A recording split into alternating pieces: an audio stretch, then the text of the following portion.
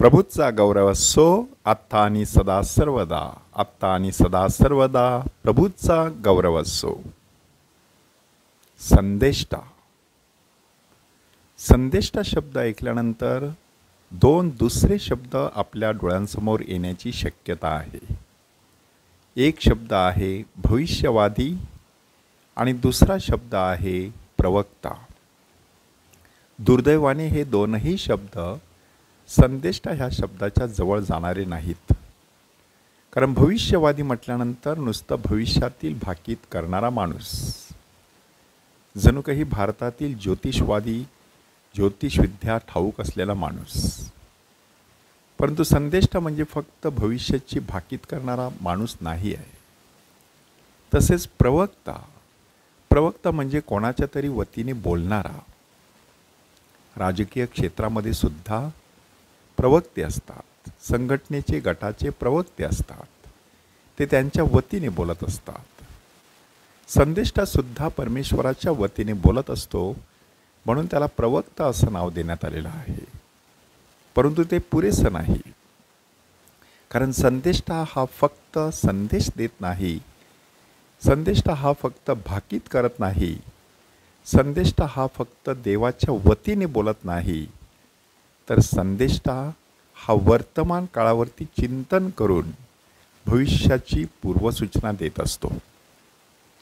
आणि म्हणूनच संदेष्टा परमेश्वराचा निवडलेला, परमेश्वराच्या वतीने बोलणारा, परमेश्वर आणि माणूस ह्याच्यामध्ये उभा असणारा, आपल्या लोकांविषयी कळकळ असणारा, आपला संदेश परमेश्वराच्या नावाने देणारा, परमेश्वराच्या नावाने आवश्यकता असेल तर चमत्कार करणारा, त्यासाठी कल्पक वृत्तीसुद्धा धारण करणारा, त्यासाठी छळ सहन करणारा, त्यासाठी राजकीय शक्तीशी शह देणारा, अशा प्रकारे संदेष्टांची काही वैशिष्ट्ये आहेत.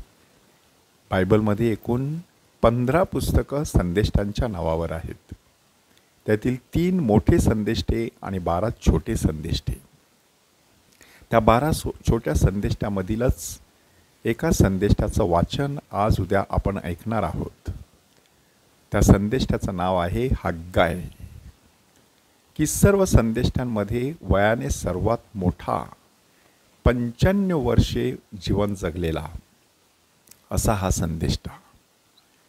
त्याचा जन्म एखाद्या सणाच्या दिवशी झाला असावा. इस्रायलमध्ये पेंटेकॉस्ट, पासोवर आणि टेबरनॅकल म्हणजे मंडपाचा सण, असे 3 सण मोठ्या थाटामाटामध्ये साजरे केले जायचे.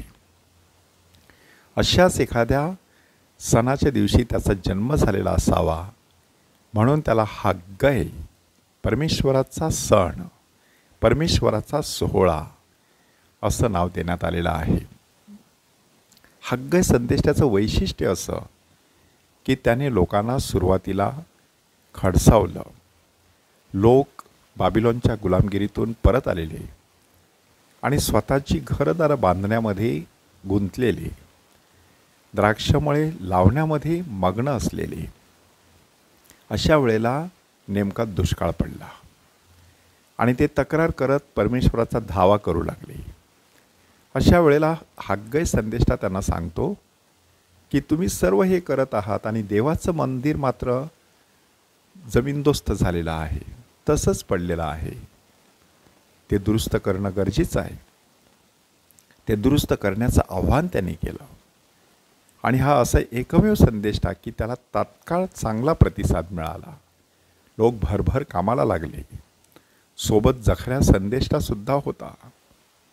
त्याने दृष्टांत सांगून लोकांना तयार केलं. अवघ्या 5 वर्षात पुन्हा एकदा मंदिर उभं राहिलं. मंदिर उभं राहिल्यानंतर लोकांच्या मनामध्ये प्रश्न निर्माण झाला की पूर्वीसारखं हे मंदिर वैभवशाली दिसत नाही. अशाही वेळेला हग्गाय संदेष्टांनी त्यांच्या मनाची समजूत घातली की मंदिर परमेश्वरासाठी नाही, आपल्यासाठी आहे.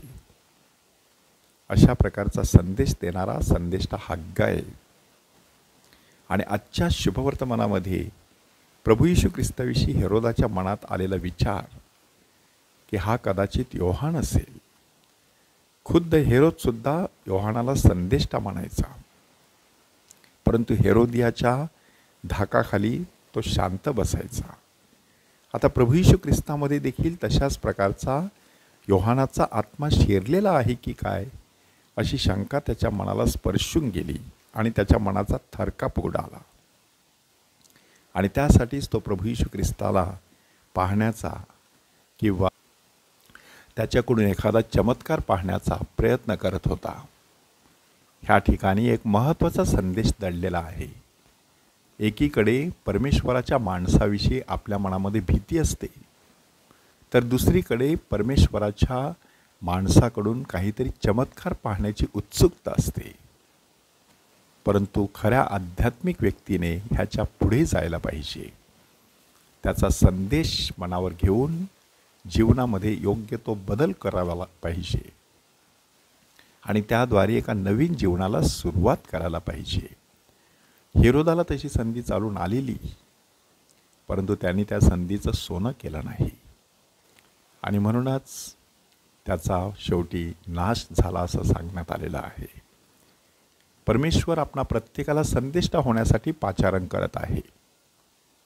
आपल्या बाप्तिस्म्याच्या वेळेला राजा, याजक आणि संदेष्टा म्हणून आपल्याला अभिषेक करण्यात आलेला आहे.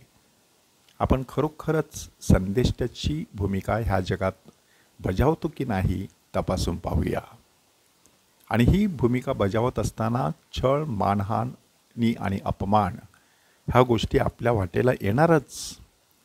म्हणून स्वतः येशूने आपल्या स्वतःच्या गावामध्ये त्यांच्या अविश्वासामुळे फारशी अद्भुत कृत्ये केली नाहीत.